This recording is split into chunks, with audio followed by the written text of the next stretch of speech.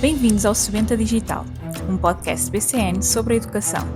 No episódio de hoje, vamos falar sobre como navegar a educação digital e refletir sobre o papel da escola e dos professores neste novo cenário. Para esta conversa, temos o privilégio de contar com o professor José Gradim, que nos ajudará a compreender melhor este tema juntamente com o nosso anfitrião, o professor Marco Bento. A BCN agradece a ambos por aceitarem o nosso desafio. Lembramos ainda os nossos ouvintes para subscrever no podcast e ficarem atualizados sobre futuros episódios. Iremos convidar educadores de várias áreas para falar sobre temas relevantes para o presente e futuro do ensino. Para saber mais sobre soluções EdTech e dicas sobre tecnologia educativa, visite bcnsistemas.pt ou a nossa loja bcnonline.pt. Então sejam bem-vindos ao novo episódio do podcast Sebenta Digital da BCN. Este episódio é um episódio que tem como título Como navegar a educação digital, o papel do professor e da escola. E como convidado temos aqui muito gosto em receber o professor José Gradim. Eu agradeço o convite. Muito obrigado. Estamos num sítio que é curioso, estamos a falar digital rodeados de livros, não é? E não deixa de ser pelo menos um paradoxo curioso. E a primeira pergunta que gostava de lhe fazer, até para que as pessoas que vão acompanhar o podcast saibam quem é o professor José Gradim, é que se apresente. Quem é o professor José Gradim? Eu de professor confesso que tenho pouco, não é? A minha carreira toda foi toda construída tive a felicidade de trabalhar em empresas multinacionais de grande consumo, nomeadamente a Unilever, onde comecei a minha carreira, mais na área comercial, depois mais tarde ingressei também no departamento de marketing. A Unilever foi a minha escola, não é? Lembrar que a Unilever tem marcas como o Skip, como o Dove, enfim, como a Olá, enfim, que são marcas gigantescas. E onde estive lá 12 anos. Depois cansado um bocado, e onde comecei a minha formação académica, digo assim, a boa da verdade, na Universidade Católica de Lisboa. E depois estive lá 12 anos, cansado um bocado das viagens, porque eu trabalhava em Lisboa, não é? Das viagens Porto-Lisboa, Lisboa-Porto. Optei por aceitar um convite para vir para a Saudães, aqui no Porto, em Galameira das Ameias, mais preciso, e foi lá que estive, também como diretor comercial e de marketing durante 2 anos. Mais tarde tive um outro convite para ingressar novamente numa multinacional de bebidas inglesas, que era a Ledomec, que tinha marcas gigantescas, como o Ballantines, o Malibu, o Casal Garcia, a Gordon CRF, enfim. Os meus colegas, eles brincavam comigo que eu saí de uma empresa que vendia produtos para lavar por fora para uma empresa que vendia produtos para lavar por dentro, não é? E era muito engraçado, e regressei novamente a Lisboa, portanto, onde lá estive quase 8 anos, e onde estaria, é bom da verdade, portanto, a vida tem, o percurso da nossa vida tem destas coisas, onde provavelmente ainda lá estaria se a companhia não tivesse sido comprada por uma outra companhia multinacional e a operação ficou sem efeito. Portanto, o que é que liga à educação? Pronto, foi esse momento. Foi nesse momento em que a companhia é vendida, portanto, eu tinha a minha carreira completamente em ascensão e em 2008 aproximadamente, e embora eu já dava alguma formação nessa altura, mesmo aos novos colaboradores, às promotoras que lá iam, já ia dando alguma formação, portanto, e de um momento para o outro eu e mais 150 pessoas, vimos-nos sem emprego, porque a companhia já tinha operação em Portugal, e pronto, eu fiquei um bocado na dúvida, o que é que eu agora vou fazer? O que é que eu tenho para fazer? Já tinha 40 anos, agora tenho 60, já tinha 40 anos, e fiquei um bocado na dúvida, o que é que agora vou fazer à minha vida? Então, houve um momento crucial que foi decidir, já tinha 3 anos de gestão de empresas na Católica de Lisboa, então decidi vir para o Porto. Quando vim para o Porto, vim fazer a licenciatura de marketing e publicidade, de marketing no IPAM, e aí fiz mais 3 anos, tive uma série de equivalências e fiz mais 3 anos de marketing. Já com o intuito, a verdade tem que ser dita, de me dedicar ao ensino, que era uma coisa que eu gostava. Entretanto, depois fui para Fabais, fiz uma estrada, acabei uma estrada, sempre com o objetivo de ser professor especialista para dar. Entretanto, começaram-me a convidar para dar umas formações, comecei a dar umas formações, enfim, a marca Fabais era uma marca muito, muito apetecida para ser comunicada. Comecei a dar umas formações, comecei a dar umas palestras, tive um ex-professor meu, o professor João Abreu, eu até costumo dizer, meio a brincar, meio a sério, que ele é o meu pai profissional, foi ele que deve ter visto em mim alguma coisa que eu desconhecia e começou-me a dar umas coisas para eu dar, umas aulas, umas formações na ANS, depois mais umas aulas numa escola numa escola profissional, na Bento de Escaraça, em 2012. Pronto, e depois a coisa começou, eu sem querer, quando dei por ela, estava completamente envolvido nestas coisas da educação e da consultadoria. Neste momento está ligado... Neste momento só faço algumas consultorias com o meu colega João Abreu, mas poucas, cada vez menos, embora este ano parece que vão aparecer mais coisas na área por causa do PRR, mas faço com ele algumas consultorias e dedico-me ao ensino. Estou no ISET, na faculdade, há 11 anos, que estou lá no Instituto Superior de Ciências Empresariais e Turismo, entrei para lá a dar uma cadeira, neste momento tenho lá muita hora, tenho lá muita coisa, cada vez me dão mais coisas para fazer e sinto muito bem, é uma coisa que eu gosto de fazer. E também estou na Escola de Comércio do Porto, também há uns bons 9 anos, mas aí tenho aí mesmo já como coordenação do curso profissional de marketing. Ok, muito bem. O que é espantoso no seu percurso, e que me interessa aqui questionar, primeiramente, tendo em conta aquilo que é a conversa sobre esta educação digital, é a experiência que traz do terreno empresarial e depois entra na escola, ou seja, no sistema educativo, ao fim e ao cabo. E é um bocadinho perceber se acha que na verdade a escola vai desfasada em relação ao mundo empresarial. Se sentiu isso? Sim.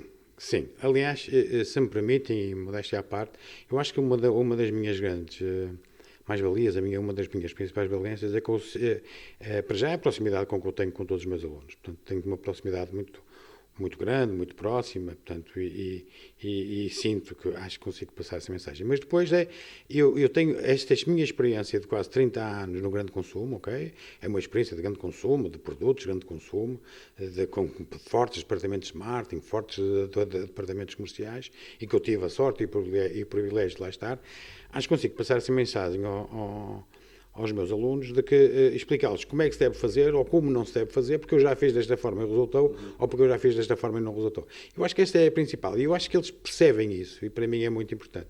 E foi de alguma forma um choque perceber que no mundo, sobretudo no mundo académico, no mundo universitário, continua a haver alguma falha de algum tipo destes professores, ou seja,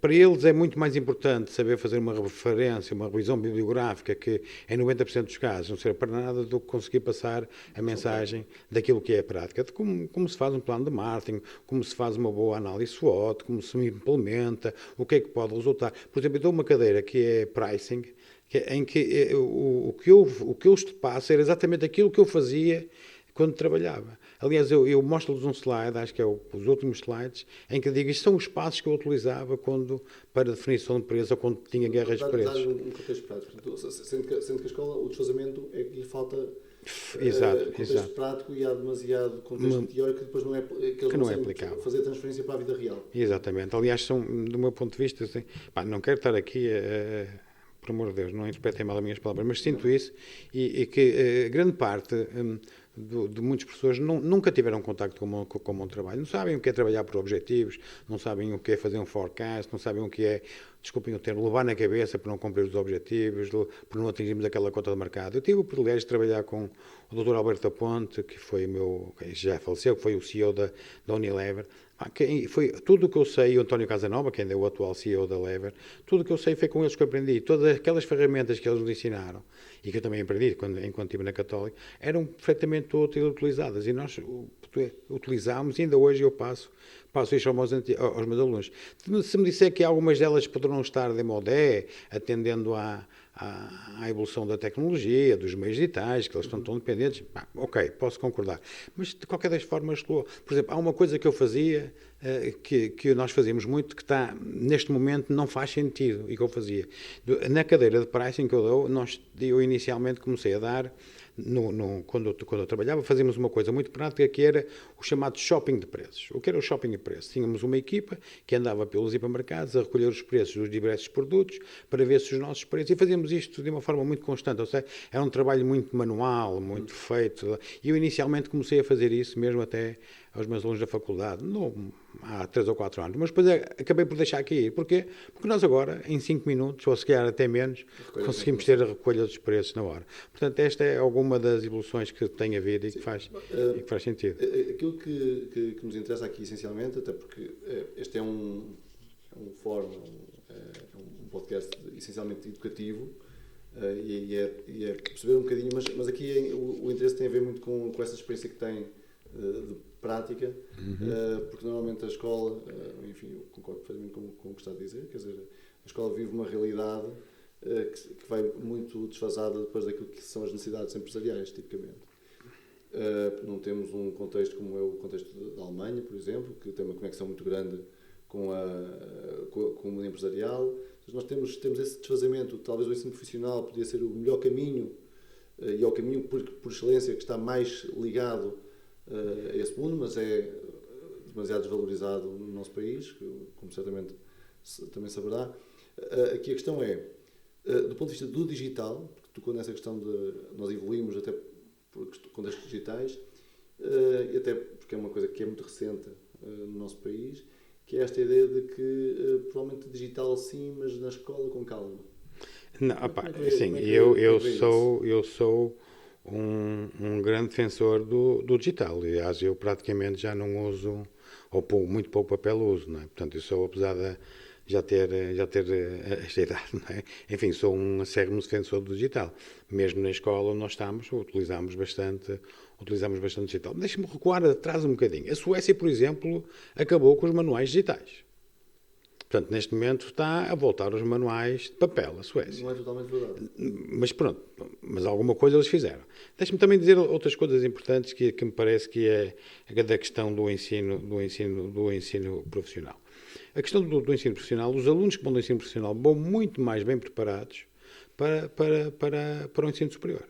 Okay? Vão muito mais bem preparados. Porquê? Porque têm uma série adquirem uma série de conhecimentos, evidentemente, em alguns cursos, evidentemente, daqueles que se seguem. Se vai para um curso profissional de marketing, depois quer seguir um curso de enfermagem, propriamente não valerá de nada. Sim, mas se já for, vão muito mais bem preparados. E porquê? E também já têm uma experiência prática. E há uma experiência prática de um estágio que é feito. Não é? Ao contrário do que aqui há dias o Álvaro Covões dizia, não é? Que há países que acho que era, já não sei onde é que era, um país em que os alunos com 14 anos já podiam estagiar. Ou que eram obrigados a estagiar. Não é exatamente verdade. Podem estagiar uma semana. O que o Sr. Álvaro Covões quer de Everything is New, mas é matéria-prima grata. Mas voltando ao digital, eu sou um grande defensor do digital e defendo que estas novas ferramentas digitais devem ser absolutamente utilizadas, não é? Em todos os contextos. Não é? Se pensarmos que nós por 20 euros, 22 euros, temos acesso à informação toda, portanto é absolutamente, não é? Com o ChatGPT, nós deixamos de ser propriamente uns professores, com uns orientadores, com uns mentores, portanto o digital está perfeitamente implementado. E quem não se adaptar, quem não estiver preparado para isso, vai ser fortemente penalizado, porque os jovens estão completamente conectados, não é? Super informados, não é? Na expectativa de ter likes, na expectativa de conhecer aquilo que é o mundo que os rodeia, não é? Portanto, vejam o que aconteceu agora no concerto do Schoolplay, não é? Em que foi apanhado aquele CEO daquela companhia, não é? E aquilo viralizou de tal forma que hoje ninguém fala, toda a gente fala naquilo, quer dizer, e está em todo lado. Portanto, e os jovens vivem disso, e nós também, eu confesso que também achei piada aquilo, acho que qualquer pessoa acha piada aquilo. Portanto, essa questão do digital está perfeitamente implementado. Sim, mas está implementado, é isso que eu estava a questionar, ou seja, está implementado do ponto de vista social e na nossa vida pessoal, eu concordo, nós não prescindimos do digital porque tornamos os nossos processos eficazes, ou pelo menos deveríamos. Se não estamos a fazê-lo é porque estamos a usá-lo mal, não é? A questão é que a escola parece um mundo paralelo. Não é? E quando eu digo a escola, estou a falar da escola desde os mais pequenos aos mais velhos. Tem certamente experiências e contacto suficiente para saber que há quem o negue dentro de um processo de aprendizagem. Deixa-me reforçar a ideia da Suécia, porque tocou num ponto que me é particular. A Suécia tinha uma implementação de manuais digitais há 10 anos, em exclusivo. Faz uma avaliação de impacto e percebe que tem que retroceder no sentido em que mantém os manuais digitais, portanto os alunos aos 6 anos recebem um computador, como deve ser, com o manual digital, mas também o analógico. Portanto, o que a Suécia, na verdade, retrocedeu, se isto é um retrocesso, é juntar um modelo... Juntar os dois. Pronto, mas depois lá está, a forma também como provavelmente a comunicação é feita. Faz, porque se calhar pretendemos fazer também um bocadinho dessas paragens de equilíbrios, e é essa a minha questão, como é que vive essa, ou o que é que pensa sobre isso? Como é que a escola se consegue negar ao uso digital nos processos de aprendizagem? Porque se nega. Não, eu não seria assim tão radical que negam. Estou, pela experiência, pelas duas instituições que eu conheço, que é o ISET e a Escola de Comércio. No ISET, provavelmente... São questões muito práticas, ou seja, trabalha com um conteúdo que é muito prático e sim, mas mesmo, o exige, não é? Mas mesmo, por exemplo, sim, é verdade, não é? Com os meus conteúdos práticos, não é necessariamente, não é? Mas tenho colegas meus, nomeadamente de outras áreas, do inglês, por exemplo, que também utilizam muitas ferramentas do digital, não é? para poder avaliar os alunos, inclusive, não é? Eu também utilizo muitas ferramentas digital para avaliar os nossos alunos, correndo o risco, não é? De formas, mas que para todos os efeitos também é possível. Mas nas instituições onde eu estou, portanto, no chat nós praticamente utilizamos aquelas plataformas conhecidas, como neste caso como o Moodle, como o Campus, onde partilhamos tudo, onde fazemos tudo, portanto não existe sequer papel, tudo é feito. Não é uma questão, é a questão de ser papel ou ser digital. Não, já está. Admito que possa haver alguns professores, vêm alguns que ainda não estejam propriamente muito formalizados, que têm algum receio de ser ultrapassados, talvez devido a um contacto, ou estarem menos familiarizados com a utilização das novas ferramentas, que ainda utilizem as novas formas de ensino. Admito que alguns tenham, mas não sinto isso.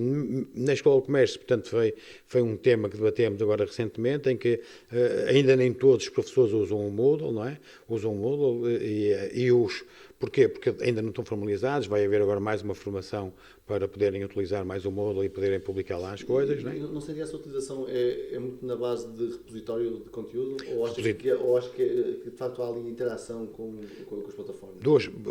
Por dois lados. Na faculdade, obviamente que sim, não é? Tem mesmo que haver, porque eles têm que publicar lá os trabalhos, têm que submeter os trabalhos, têm que fazer os testes muitas vezes através de lá, portanto, aí sim, a nível... Nos mais novos já não é tanto assim. Porquê? Primeiro por duas razões fundamentais. Primeiro porque muitos deles não têm, infelizmente, não têm um PC ou um computador que o possam utilizar. Então, portanto, começam a ter algumas dificuldades. Segundo, porque porque os jovens, nem todos os jovens dominam muito bem o digital. O que é que eles dominam? Dominam publicações no Insta, no Bandice, não é? Isso também queria perguntar se de facto sente que de facto os nossos jovens são têm de facto competências digitais. Não têm, de todo. Se pensarmos, não têm. E eu sei, porque eu tive agora alunos do 10º ano que eu pedi-lhes para eles submeterem o relatório no Moodle, e eles não sabiam como fazer, não sabiam. Depois logo através do telemóvel lá lhes expliquei. Uma coisa que a mim também me faz, eu sou muito picuinhas, e quem me conhece sabe que eu gosto de ver um documento bem apresentado, com os textos bem alinhados, enfim, e eu partilho sempre essa informação aos meus alunos, e sinto que muitos deles têm dificuldades digitais mesmo em trabalhar um documento em Word, por muito porque eu acho que isso é importante, mesmo até com a questão da apresentação. Com a apresentação, e mesmo até no futuro, enfim, às vezes as pessoas podem pensar, pronto, isto é só para o mundo académico, de todo, não é? De todo. Nós entregamos um bom documento bem apresentado, com uma boa capa, com o nosso logotipo, enfim, e muitos deles não conseguem sequer ainda perceber e dominar isso, mesmo até a nível da faculdade. Portanto, e isso depois, apesar de ser uma componente mais, digamos, mais física, mais prática, mas isso transfere-se tudo, ou passa tudo depois para o digital. E alguns deles não têm essa capacidade. E compete-nos a nós, enquanto professores, passar essa mensagem. Essa é a questão seguinte, que é quais são os desafios que nós temos pela frente? Ou seja, e como é que podemos ajudar esses alunos, na sua opinião, a que cheguem a esse ponto com outro tipo de competências digitais, tendo em conta o mundo que temos hoje, porque é um mundo muito complexo. Sim. Isto, do meu ponto de vista, não há muita volta a dar. Portanto, ou nós nos adaptamos, ou adaptamos. Quer dizer, não há muito onde a nossa escolha é se eu quero fazer isto por vontade própria ou ao contrário. Eu lembro-me que um colega... na mesma. Ontem tive uma apresentação de um relatório de estágio, só para ter uma ideia, e um aluno dizia que não fazia ideia, eu já deixa-me com... Era um... ou ele teve a estagiar, só para termos uma ideia de quanta rapidez com que isto funciona. E ele estava a apresentar o relatório de estágio, ele fez um belíssimo estágio numa empresa de pequena dimensão na área das limpezas caseiras, da B2B, do B2C, tal, uma empresa uma unipessoal. E eu disse, a tua análise de mercado podia estar um bocadinho mais bem estruturada, enfim. E ele, eu não consegui saber os valores de mercado, eu pego no meu telemóvel, que eu pago para ter o chat GPT, eu pago os 20 euros por mês, eu não tenho nenhum problema nisso, ok? E então eu peguei no telemóvel e escrevi qual o valor de mercado em Portugal, e então ele deu. Portanto, em menos de 5 segundos eu tive essa informação.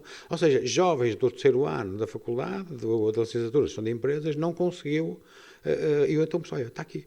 Portanto, em 5 segundos. Portanto, penso que ainda falta o desafio vai ser nós conseguir aproveitarmos as novas tecnologias, a forma de nós termos e de que forma que nós podemos aproveitar para o nosso próprio benefício. Mas como é que esses alunos podem ser ajudados, previamente? Mostrando exatamente aquilo que eu fiz. Me dizem, vocês têm à vossa frente uma coisa que demorava imenso tempo a fazer há uns 2, 3 anos atrás, uma coisa que eu valorizo muito, uma boa análise do mercado, saber quanto é que me vale o mercado. Ou seja, fazer com eles em aula. Quanto é que vale o mercado, como é que a gente pode ir, qual é as tendências do mercado, em Portugal, fora, o chamado o benchmarking, não é? O que é que vamos fazer? Que na altura, que há 2 ou 3 anos atrás, demorávamos 2, 3 dias a conseguir, porque o Google não nos conseguia dar essa informação toda, depois tínhamos que filtrar. Nós agora, em 10 minutos conseguimos ter isso e depois, obviamente, temos que juntar, temos que trabalhar, não é copiar e colar como muitos fazem, não é? Tem que ser, exatamente, ver quais são as fontes. E então, a ajuda que nós devemos ter é mentorá-los, ajudá-los, passar esses caminhos, mostrá-los que efetivamente é possível ter e utilizar essas ferramentas. Alguns, nem todos estão preparados, mas acho que, sobretudo, eles, como dizíamos há pouco, mais tarde ou mais cedo eles vão ter que estar preparados.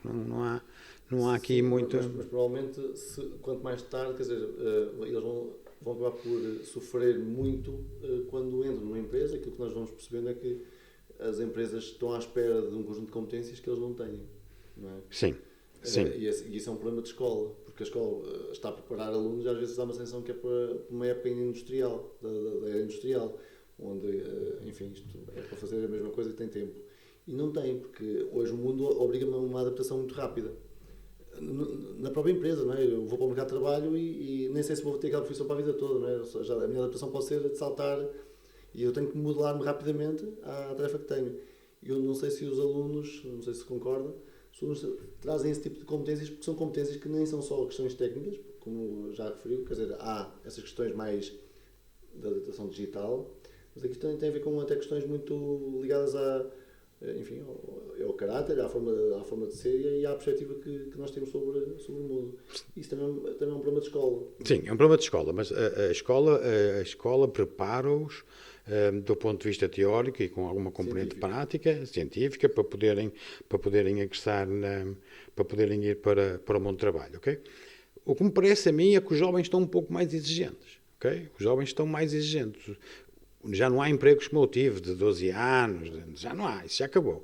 Os jovens estão mais exigentes, os jovens estão, enfim, isto responde àquilo que eu quero, exatamente isto que eu quero, ok, vou aproveitar, vou estar aqui há algum tempo a ver como é que é, se isso corresponder, eu vou aguentando, se não responder, eu vou-me embora. Vou-me embora. Portanndo, não é como no meu tempo em que é um emprego para a vida toda, minha mulher trabalhou 35 anos no banco, eu teria ficado na Domecq, se a Domecq não tivesse sido vendida, eu a esta hora provavelmente ainda lá estaria, não é? Portanto, agora, os jovens já perceberam isso. Portanto, os jovens, a escola dá-lhes uma série de componentes técnicas, académicas e umas componentes práticas. Se me disser que ultimamente eram mais teóricas e académicas do que práticas, ok, podemos estar de acordo.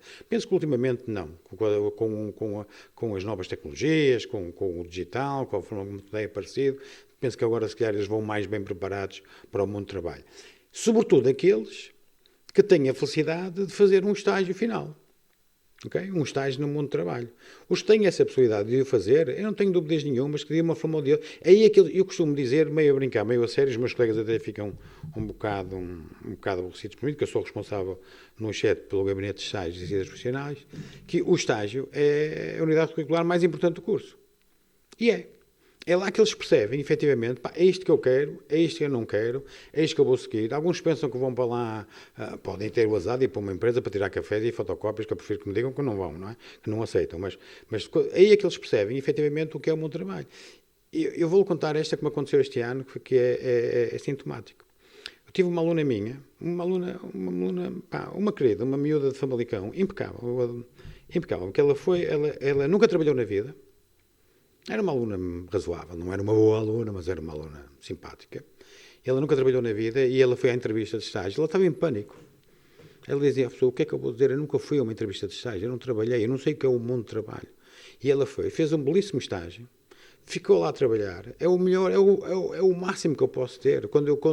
E este ano, uma turma complicada como eu tinha do terceiro ano, provavelmente das mais complicadas que eu tinha, 31 alunos, e mais de metade ficaram a trabalhar nas empresas. Uma turma super complicada em termos de sala de aula, em termos académicos, perfeitamente digitalizada, utilizavam todas as ferramentas digitais, tudo. E foram em estágio e mais de metade ficaram a trabalhar nas empresas onde foram estagiar. O que isto quer dizer? Quer dizer que nem sempre aquilo que é a verdade numa sala de aula, o contexto teórico, o contexto académico, que no contexto prático reflete-se exatamente... Isto já me aconteceu várias vezes. Então no ensino profissional acontece-me imensas vezes. O ensino profissional tem essa característica muito curiosa, que, enfim, os alunos que vão para o ensino profissional, há vários alunos, acho que já temos, não sei, mais alunos a ir para o ensino profissional porque querem o ensino profissional. Sim. Há uns anos provavelmente era uma espécie de refúgio. Sim, é verdade. É verdade. Ou tipo de ensino. Provavelmente podemos ter aqui alguns erros no ensino profissional, que é tentar-se fazer o ensino profissional como se fosse um ensino regular. Por isso é que às vezes há coisas que não funcionam tão bem, porque tentam simular cenários iguais. Mas esses alunos, de facto, sentem-os muitíssimo mais preparados do que os estudantes. A questão é por que razão é que o ensino profissional é tão desvalorizado. Nós temos um ensino profissional. Temos um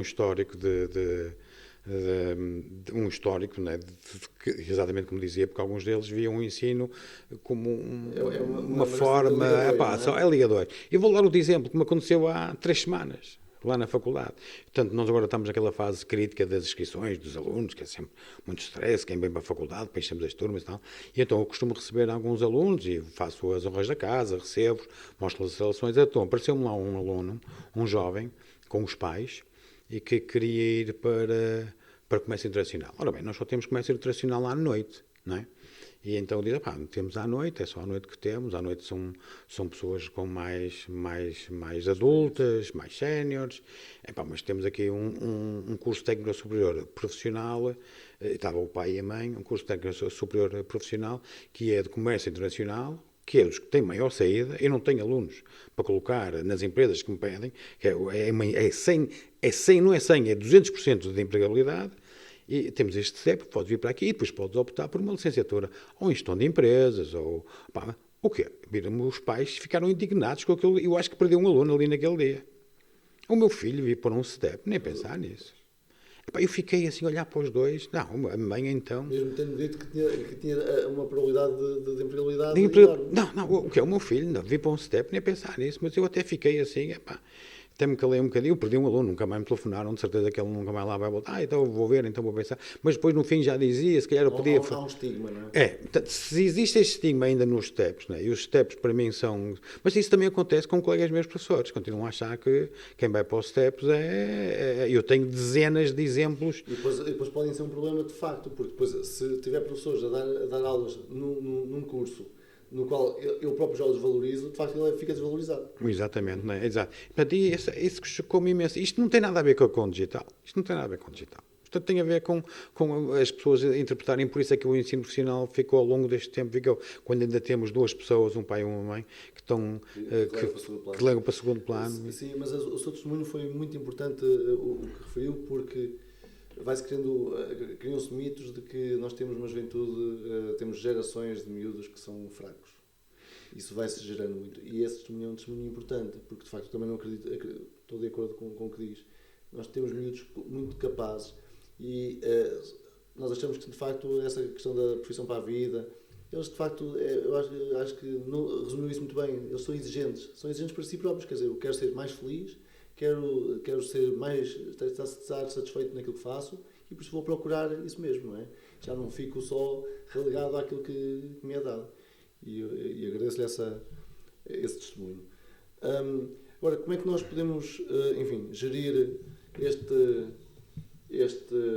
equilíbrio entre, enfim, o que é o papel de eu vou dizer de um professor, porque tem muito a ver com isso, entre estes dois mundos. E aqui pode juntar a questão de ser de um ensino mais prático, de um ensino não tão prático. Eu estou a colocar claramente o digital aqui na tónica, porque esta é a sociedade em que vivemos. Temos uma sociedade com inteligência artificial que nos cai por todo lado e mais algum, e ainda temos muita gente que não consegue ver, não é? Nem aceitar, não é? E provavelmente temos que preparar alunos para este mundo, não é? Os alunos têm que estar preparados para conviver com aquilo que na verdade são outro nível de processos que se calhar já não são tão baseados na nossa memória, são mais baseados na nossa eficácia de pesquisa e de interação. A forma de como os alunos vão ficar ou vão estar preparados com a inteligência artificial nos próximos tempos é fundamental. Portanto, eles não há volta a dar. Deixe-me só dar também 2 ou 3 exemplos. Nós estamos agora a preparar o próximo ano letivo lá na faculdade e nós tivemos uma série de formações, mesmo da área do digital para aproveitar, e houve lá 2 ou 3 coisas que me saltaram à vista que eu ainda ando a pensar como é que as vou implementar, que é de que forma é que eu posso utilizar as novas plataformas, a inteligência artificial, enfim, já algumas coisas já sei, mas que de alguma forma também que os alunos consigam aproveitar da melhor forma. Vou-lhe dar um exemplo. Fiquei chocadíssimo e terei que pensar numa outra forma. Por exemplo, eles agora com a inteligência artificial, nós damos um estudo de caso qualquer para eles fazerem, damos 2 ou 3 questões e eles colocam um estudo de caso em qualquer plataforma de inteligência artificial, dá-lhes as respostas, colam num documento e pronto. Eu sei que isto não é propriamente o que nós pretendemos, não é? Portanto, temos que encontrar aqui uma maneira em que eles façam isso, tudo bem, mas consigam interpretar e consigam apresentar. Portanto, a oralidade, neste caso, terá sempre que ser... Ou seja, eles poderem argumentar e defender aquilo que tem. E eu vou, é meu que me disse uma coisa que eu vou... ainda hoje de manhã, eu acordo cedo, tenho este defeito, e ainda estava na cama, como é que eu vou resolver isto? O meu colega disse uma coisa muito interessante, que é, eu vou acabar com os relatórios escritos. Disse, vou acabar, não quero mais relatórios escritos. Vou passar, só quero apresentações, eu quero que eles venham, dou-lhes o tema, olha, o tema é este, agora apresentem-me. Isto é capaz de resultar. Ou seja, eles podem utilizar na mesma inteligência artificial, podem utilizar e carregar, mas depois têm que saber argumentar e saber defender. E assim pareceu-me interessante, e estou a pensar como é que vamos adaptar isto. E sobretudo isto nos mais jovens, percebe? Nos mais jovens é que é importante, porque vão ser eles, mesmo até agora os da faculdade, mas nos mais jovens também vão ser eles que vão fazer. A mim o que mais me aborrece, entre aspas, é que nem todas as escolas ainda estão preparadas digitalmente para poder, e muitos professores também não estão, mesmo lá na Escola de Comércio, há muitos professores que não trabalham sequer com o Moodle, porque ou não sabem, ou têm medo de fazer asneira, ou porque estão habituados aos manuais. Estando nós em 2025. Há muitos mesmo. Aliás, nós também tivemos uma sessão de divulgação, de brainstorming, e foi uma das coisas que foi questionada, que há muitos professores que ainda não utilizam. Isto na Escola de Comércio de Porto, na faculdade não. Isto é mesmo obrigatório, não há outra forma, não é? Não há outra forma. Que ainda não utilizam e que podem ser utilizadas, porque são ferramentas absolutamente brutais, não é? Lembramos quando foi a pandemia que só utilizávamos o Classrooms e outras ferramentas dessas, como o Zoom, em que nós partilhávamos e fazíamos o Classrooms e o Meet, e o Teams, enfim, tantas delas. Portanto, há muitas pessoas que não se sentem confortáveis com isso, não é? Agora outras ferramentas como o Mentimeter, como o Flipchart, dezenas delas. Portanto, e nós fomos utilizando e vamos utilizando. Mas ainda existe alguma resistência de alguns professores em algumas escolas. Como é que pensa que se podia combater essa... aumentar a literacia digital, completamente. E como é que completamente. Dar formação a esses professores. Aliás, é o que vamos fazer lá na Escola de Comércio do Porto. Dar a formação, arranjar jovens. Tem que querer. Não há muito por onde ir, não é? Uma coisa curiosa que é, nós podemos colocar os computadores todos nas escolas deste país, podemos fazer todo o processo de formação, mas a verdade é que há ali um processo que é muito intrínseco, que é, se eu disser que não, Aquilo não acontece. E o modelo e o sistema de educação em Portugal não tem esta permissão de quer dizer, isto só dá para entrar, não é? Isto não tem uma opção de saída. O que é... Isto até do ponto de vista da avaliação da profissão.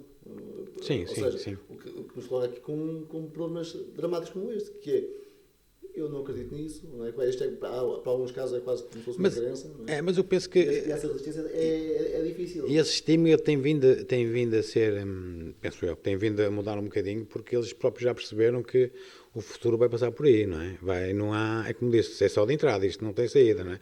O futuro vai passar por aí. Eles terão, obviamente, que utilizar essas ferramentas. Por exemplo, lá na escola de comércio, onde é mais específico, eles vão mesmo haver uma formação. Porque os professores das disciplinas técnicas que eu dou, enfim, eu não sou sozinho a dar lá, tenho uma série de outras pessoas, de áreas, não tenho outra solução porque esses faz parte. Esses, aliás, são jovens, são muito mais jovens que eu, e utilizam todas essas ferramentas, fazem lá, colocam. Agora, estou-me a lembrar, por exemplo, a professora de português, por exemplo, a Manuela, pá, ela para além ela tem quase 60 anos, não é? Ela para além de ter dificuldade em trabalhar com o computador, trabalhar com o Moodle, então aquilo é... E fazer um teste no Moodle, por exemplo, ela não está a ver bem a facilidade que aquilo dá. Que ela ainda não percebeu. Aqui há dias ela dizia, Gradinho, ajuda-me aqui porque o meu computador está sem imagem. Ela estava numa reunião Zoom, está sem imagem, eles não me estão a ver, eu estou a vê-los eles, mas não me estão a ver. Manuela, tens a câmara fechada, faz assim. E arrastar a coisinha, a câmara... até ficou envergonhada a mulher, mas só para vermos, um pormenor... Eu percebo que, provavelmente, há ali um primeiro nível de eu constatar que, de facto, isto é o mundo em que estou, não é? E, se calhar, há um conjunto de pessoas, sejam da profissão ou não, que ainda não têm consciência do mundo em que estamos a viver, não é? E então, ainda parece que é uma coisa que não é para já, ainda está distante. Agora, outra questão, e para nós também finalizarmos, porque o tempo já vai passando, era perceber um bocadinho duas questões. Uma, que competências devem ter os alunos, ou seja, hoje em dia, ou seja, um aluno que está a sair de uma escola de comércio, que competências deve ter para o mundo do trabalho, ou seja, isto na perspectiva de quem... Da escola de comércio ou de uma faculdade? De uma escola de comércio ou de uma faculdade, Okay, ou seja, que são coisas... perspectiva, sim. Mas há competências que se calhar são transversais. Ou seja, eu vou para o mundo do mercado de trabalho e que competências é que eu devia trazer do processo educativo que me fariam ou que me tornariam um melhor executante, não é? De alguma forma. Essa para mim é dos principais aspectos. Por exemplo, como tendo eu o gabinete de estágios e especiais do CHET, o que as empresas me pedem são basicamente 3 grandes áreas. Uma, dominar o inglês.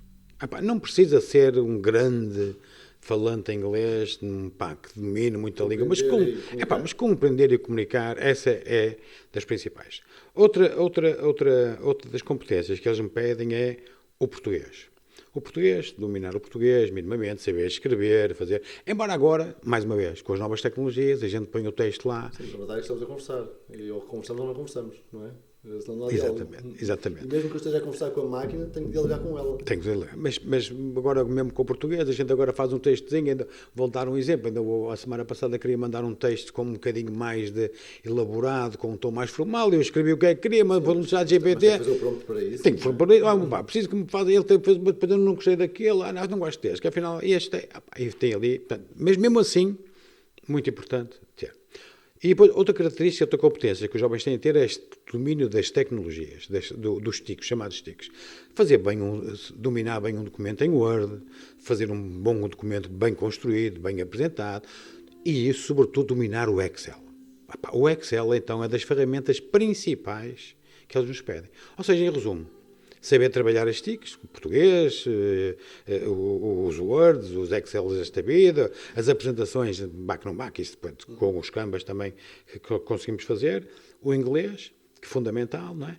Dominar minimamente o inglês, são as principais características. Quem conseguir fazer isto, dificilmente não terá sucesso. E por fim, quais é que acham que são as principais tendências para o futuro? O que é que acha que vai aí? A inteligência artificial vai continuar, o metaverso é outra coisa, é outra questão importante que também vai seguramente evoluir. o virtual, as imagens virtuais, virtual vão continuar a crescer, e quem não acompanhar isto, os jovens vão ser seguramente dos principais impulsionadores disto mesmo, vão puxar por nós, vão por nós, por mim e por todos aqueles, vão ser portanto, metaverso, inteligência artificial a evoluir, 3D. Eu era consultor numa empresa, veja só como o mundo muda. Eu era consultor de uma empresa que era a empresa chamada Poster Digital, uma empresa espetacular. E na altura eu dizia, estive lá muitos anos, eu dizia ao Paulo, pá, temos que começar a pensar em sugerir-lhe em comprarmos umas impressoras. Doutor Gradinho, isso não vai dar nada, pá, foi para aí há uns 6, 7 anos, não vai dar nada, doutor Gradinho, isso é uma coisa... E tínhamos lá outras pessoas que está bem, pá. Soube a semana passada que eu tive lá uma aluna a estagiar, e ela veio apresentar o relatório de estágio, dizendo que ele comprou 3, e agora já não estou lá, que ele comprou 3, eu não disse nada, estou-vos a partilhar isto com vocês pela primeira vez, e nem contei a mais ninguém. Assim, ele comprou agora 3 marcas, 3 impressoras 3D, e está lá a trabalhar, e eu assim, fogo, pá, realmente, tens duas, eu estava muito à frente, ou então, mas pronto, pá, mas fiquei contente porque ele está, ou seja, tudo as coisas vão acontecendo normalmente. Uma curiosidade até sobre a impressão 3D, que também achei piada, porque estava numa conversa também com alguns professores, e estávamos a falar sobre a impressão 3D, aquilo que neste momento existe como impressoras as mais pequenas, embora já existem nos industriais. Sim. E estava a dar-nos o exemplo até daquelas que já produzem. Há aqui uma empresa em Famalicão que faz casas, não é? Quer dizer, sim. Eu mostrei uma vez um vídeo de uma há uns anos. E é engraçado porque os colegas diziam assim, isso é mau, porque vai tirar o emprego da construção civil. E eu disse-lhes assim, emprego da construção civil? Eu não encontro uma pessoa para construir seja o que for. Então, se eu tiver uma máquina que trabalha 24 horas por dia, não bebe cerveja. Fica barata. Tenho uma casa feita em 7 dias, dia e noite, e estamos a pensar na perda de empregos. Que empregos? Quem é que de facto quer trabalhar, fazer um trabalho de força, que implica força? Quer dizer, há um conjunto de indústrias que vão evoluir muito naturalmente. E é engraçado a perspectiva de isso tira empregos, mas não é para mim, não é? Porque eu não quero fazer isso. Pois, exatamente. É curioso, é um bocadinho quase na mesma. Porque era uma empresa que também fazia impressão digital, ainda faz impressão digital, fazia muito, mas na altura, isto não vai dar nada, isto não vai dar. E agora soube a semana passada, eu até fiquei, João, eles sim, pessoal, compraram 3 máquinas, 3 impressoras 3D, eu assim, eu fiquei assim calado, não disse a ninguém, mas assim, pronto. Muito bem. Não tem nada a agradecer, eu que lhe agradeço. E nós vemos no próximo episódio da Sementa Digital. Obrigado. Muito obrigado. Continuação. Obrigado pelo convite. A todos os nossos ouvintes, obrigado por se juntarem a nós em mais um episódio do podcast Sementa Digital da BCN. Hoje falamos sobre o papel do professor e da escola na educação digital, com a preciosa colaboração do professor José Gradinho. Exploramos desafios e formas práticas de promover uma educação digital mais consciente e equilibrada. Se gostaram do episódio, não se esqueçam de subscrever o nosso podcast e partilhar com colegas e amigos. Obrigado por estarem desse lado e até breve.